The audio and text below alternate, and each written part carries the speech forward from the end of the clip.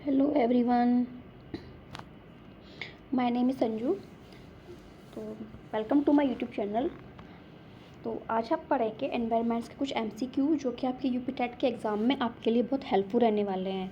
आपका एग्ज़ाम आने वाला है तो उसके लिए हमको एनवायरनमेंट के क्वेश्चंस पढ़ने बहुत ज़रूरी हैं। थोड़ी तो पढ़ ली होगी आपने, तो अगर आप क्वेश्चंस के फॉर्मेट में वो चीज़ें देखेंगे तो आपको जल्दी से चीज़ें याद होंगी। ठीक है, तो यूपी टेट का एग्ज़ाम आपको पता है शिक्षक भर्तियों में बहुत ज़रूरी है। किसी भी पात्रता किसी भी एग्ज़ाम को क्वालिफाई करने के लिए आपको पात्रता एग्ज़ाम पहले क्वालिफाई करना बहुत ज़रूरी होता है। तो एनवायरनमेंट के आपके 30 क्वेश्चंस पूछे जाते हैं आपके एग्ज़ाम में, जिसमें आपको environment, ecology, geography and constitution से कुछ सवाल आते हैं और सामान्य विज्ञान पूछा जाता है। तो ऐसे धीरे धीरे करके हम आपके सारे क्वेश्चंस इस सीरीज़ में पूरे करेंगे और जिससे आपको ये सीरीज़ बहुत हेल्पफुल होगी आपके एग्ज़ाम के लिए। ठीक है, तो हम शुरू करते हैं। फर्स्ट क्वेश्चन है हमारा, किस राष्ट्रीय उद्यान को पूर्व में हेली राष्ट्रीय उद्यान कहा जाता था? तो हेली किसको कहते थे? हेली कहते थे जिम कॉर्बेट राष्ट्रीय उद्यान को, जिसकी स्थापना कब हुई है बच्चा? तो जिसकी स्थापना हम बात करें तो 1936 में हुई थी। और ये हेली राष्ट्रीय उद्यान अब कहाँ पड़ता है? हमारे वर्तमान के उत्तराखंड राज्य में देखने को मिलता है। सेकंड क्वेश्चन, अंतर्राष्ट्रीय ओजोन दिवस कब मनाया जाता है? ओजोन दिवस हमारा कब मनाया जाता है? तो 16 सितंबर को मनाया जाता है। ठीक है, और इसकी शुरुआत हुई थी 1987 में मॉन्ट्रियल प्रोटोकॉल की याद में हर साल 16 सितंबर को अंतर्राष्ट्रीय ओजोन दिवस के रूप में मनाया जाता है। ठीक है, और 5 जून को पता है विश्व पर्यावरण दिवस और 22 अप्रैल को पृथ्वी दिवस। ठीक है, पृथ्वी दिवस कब से मनाना शुरू हुआ था हमारा? 1993 से, जब UNCED, क्या बोला मैंने? UNCED, United Nations conference on environment development, जब एक पृथ्वी सम्मेलन भी इसको कहते हैं, 1992 में ये हुआ था। तो तभी से 1993 में जल के संरक्षण के लिए ये दिवस मनाया जाता है, 22 अप्रैल को पृथ्वी दिवस। ठीक है, ओजोन परत क्या है?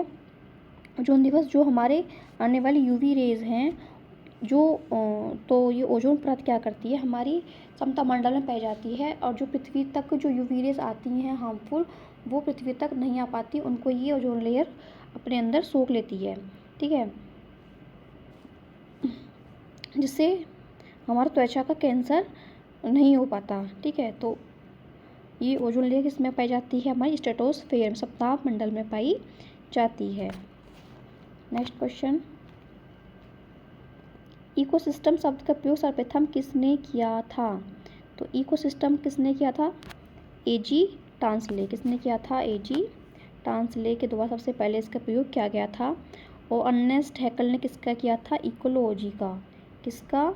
इकोलॉजी। इकोसिस्टम क्या है? जब जैविक और अजैविक दोनों घटक आपस में मिलकर अंतःक्रिया करते हैं, एक दूसरे को सपोर्ट करते हैं, वहाँ पर एक इकोसिस्टम बन जाता है। जैसे कि आप भी एक जगह पर रह रहे हैं, आपके पास कुछ भौतिक चीज़ें होंगी, कुछ जैविक चीज़ें होंगी। ठीक है, तो वो मिलके एक इकोसिस्टम बना रही हैं जहाँ पर आप एक्सिस्ट कर रहे हैं। ठीक है, वो इकोसिस्टम के अध्ययन को इकोलॉजी कहा जाता है। तो इकोलॉजी का सबसे पहले प्रयोग किया था अर्नेस्ट हैकल ने और इकोसिस्टम का किया था एजी टांसले ने। और कब किया था? 1935 में, ये याद रखेंगे, एजी टांसले ने किया था। अब ये है क्वेश्चन आया हमारा 4 कि कौन सी ग्रीन हाउस गैस वातावरण में सबसे अधिक मात्रा में पाई जाती है? तो कौन सी पाई जाती है? तो ये होगा हमारा आंसर, कार्बन डाइऑक्साइड, हमारी CO2 पाई जाती है। Next question is, Uttar Pradesh का राजकीय पक्षी कौन सा है? तो कौन सा है? सारस क्रेन। याद रखेंगे, सारस क्रेन। और वेटलैंड कब मनाया जाता है? इसमें क्वेश्चन आया ना, वेटलैंड।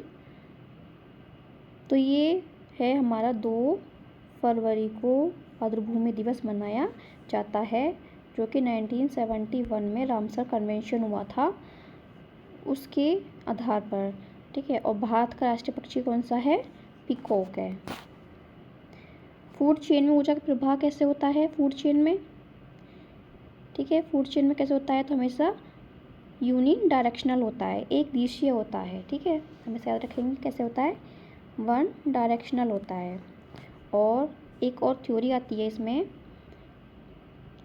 कि पारिस्थितिक तंत्र में ऊर्जा का प्रवाह हमेशा उत्पादक, जो हमारे पौधों से प्राथमिक उपभोक्ता और फिर उच्च उपभोक्ताओं की ओर एक ही दिशा में होता है, ठीक है।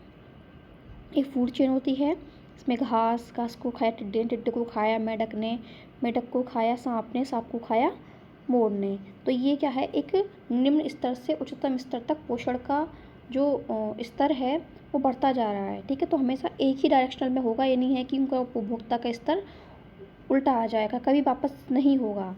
तो इसी को हम बोलते हैं 10% का नियम, जो कि लिंडमैन ने दिया था कि हमेशा जो 10% जो ऊर्जा है वो आगे जाती है और 90% का जो यूज़ है, जो जीव हैं अपना मेटाबॉलिज्म एक्टिविटी में कर लेते हैं। नेक्स्ट क्वेश्चन, किस वर्णक की उपस्थिति के कारण पौधों का रंग हरा होता है? तो सबने पढ़ा होगा, वो तो इजी क्वेश्चन है। किसके कारण होता है? क्लोरोफिल के कारण होता है। क्वेश्चन 8 है हमारा, पर्यावरण संरक्षण अधिनियम किस वर्ष पारित हुआ था? एनवायर प्रोटेक्शन एक्ट आया था हमारा 1986 में, और वन्यजीव संरक्षण अधिनियम 1972, और ये जो पता होगा आपको 1984 में भोपाल गैस ट्रेजेडी हुई थी, ठीक है, मिथाइल आइसोसिनेट गैस का जो रिसा हो गया था, उसके कारण बहुत लोगों को नुकसान हुआ था, उनकी जान माल की हानि हुई थी।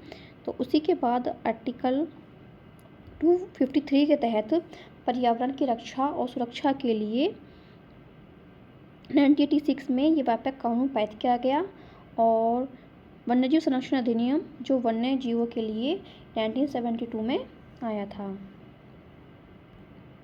नेक्स्ट क्वेश्चन इज, ध्वनि प्रदूषण को मापने की इकाई क्या है? ठीक है, कौन सी है? तो ये हमारा डेसिबल में मापते हैं।